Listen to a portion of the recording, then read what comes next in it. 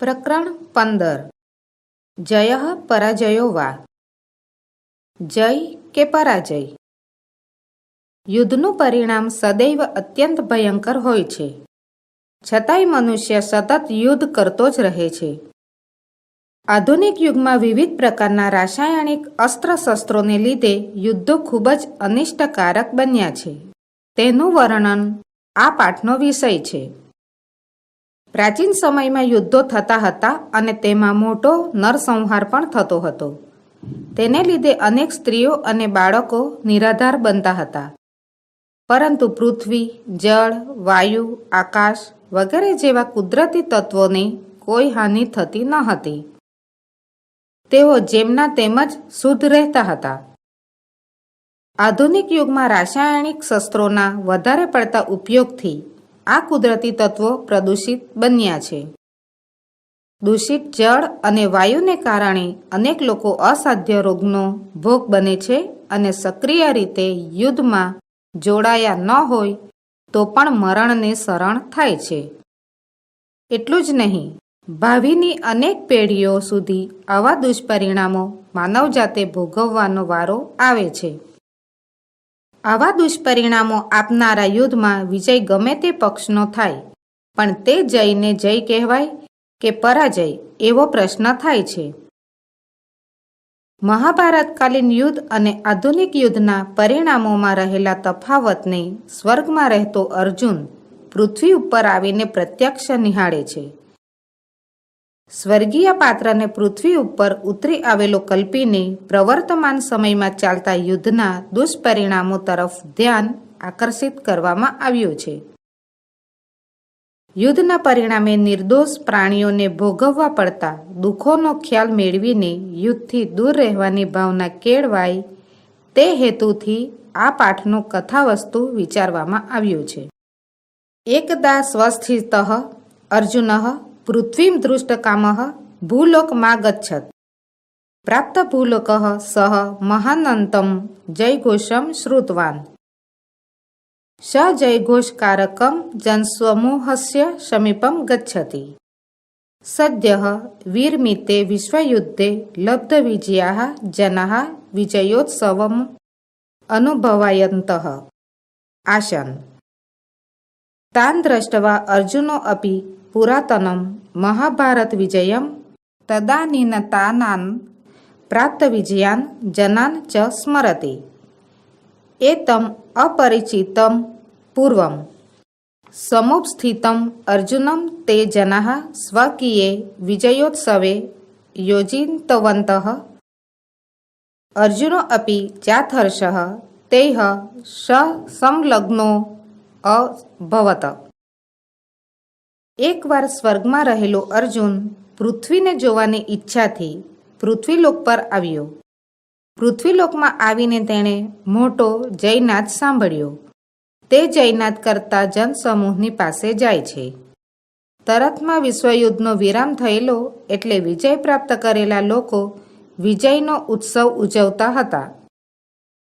તેમને જોઈને અર્જુન પણ પ્રાચીન મહાભારતના વિજયને તેમજ તે સમયના વિજય થયેલા લોકોને યાદ કરે છે.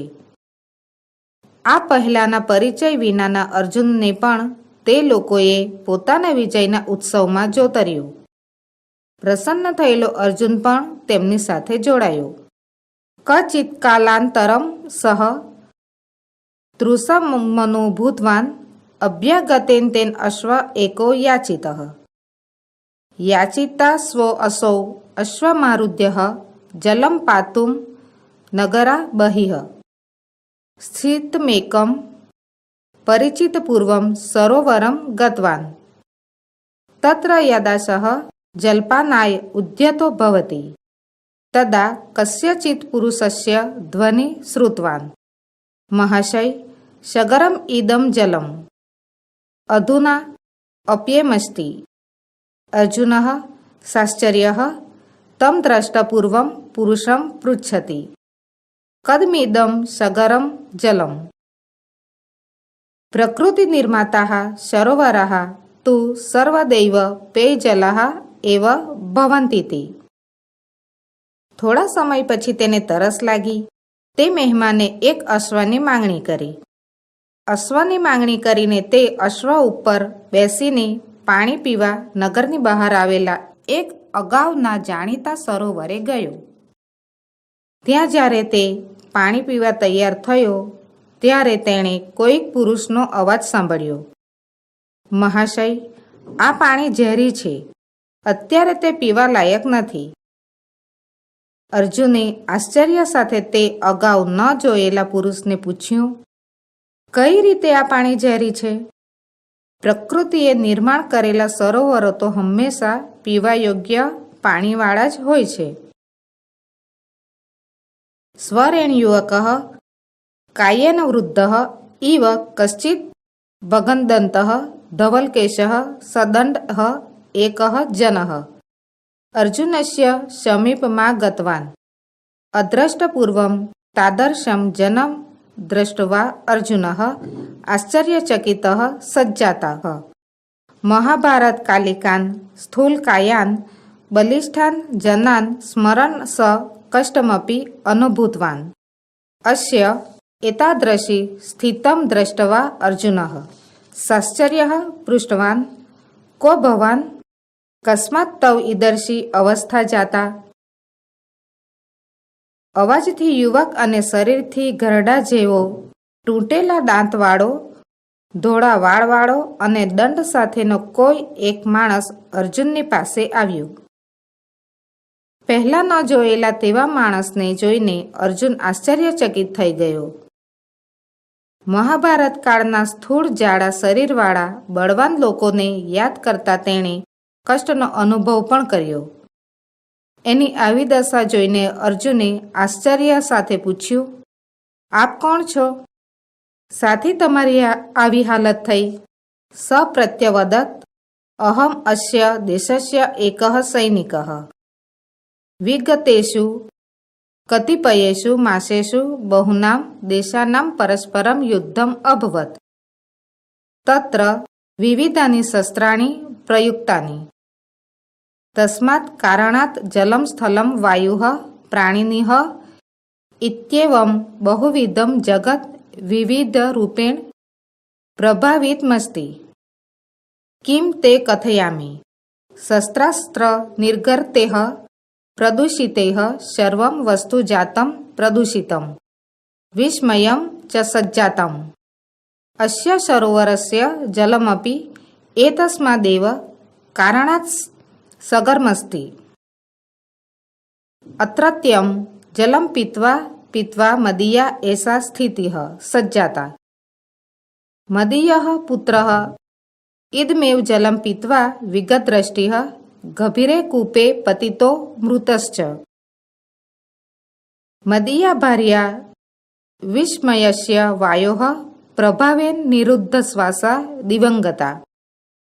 પ્રતિદિનમ જલસ્યાસ્ય પાનેન ગત પ્રાણાન જીવાન પશ્યન ભુક્તભોગઃ અહમરત સ્થિત્વા પશુપક્ષી માનવાન અસ્ય જલપાનાત વારયામિ. તેણે ઉત્તર આપ્યો, હું આ દેશનો એક સિપાહી છું. વીતેલા કેટલાક મહિનાઓમાં અનેક દેશોનું પરસ્પર યુદ્ધ થયું હતું. તેમાં વિવિધ શસ્ત્રો વપરાયા હતા. તે કારણે જળ, સ્થળ, વાયુ, પ્રાણીઓ એમ અનેક પ્રકારનું જગત વિવિધ રૂપે અસરગ્રસ્ત થયેલું છે. હું તમને શું કહું? શસ્ત્રો અને અસ્ત્રોમાંથી નીકળેલા પ્રદૂષણોથી આ બધી વસ્તુઓ પ્રદૂષિત અને ઝેરી થઈ ગઈ છે. આ સરોવરનું પાણી પણ આ જ કારણે ઝેરી છે. અહીંનું પાણી પી પીને મારી આ દશા થઈ છે. મારો પુત્ર આ જ પાણી પીને દ્રષ્ટિ ગુમાવીને ઊંડા કૂવામાં પડ્યો અને મૃત્યુ પામ્યો. મારી પત્ની ઝેરી વાયુના પ્રભાવથી શ્વાસ રૂંધાવાથી મૃત્યુ પામી.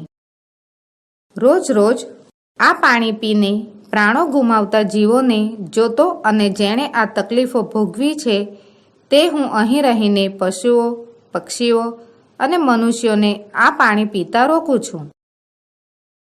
અર્જુનઃ વૃત્તાંતમેતં શ્રુત્વા પુરાતનીયસ્ય મહાભારતાભિધસ્ય યુદ્ધસ્ય પરિણામં સ્મૃતિ પથમાનયતિ.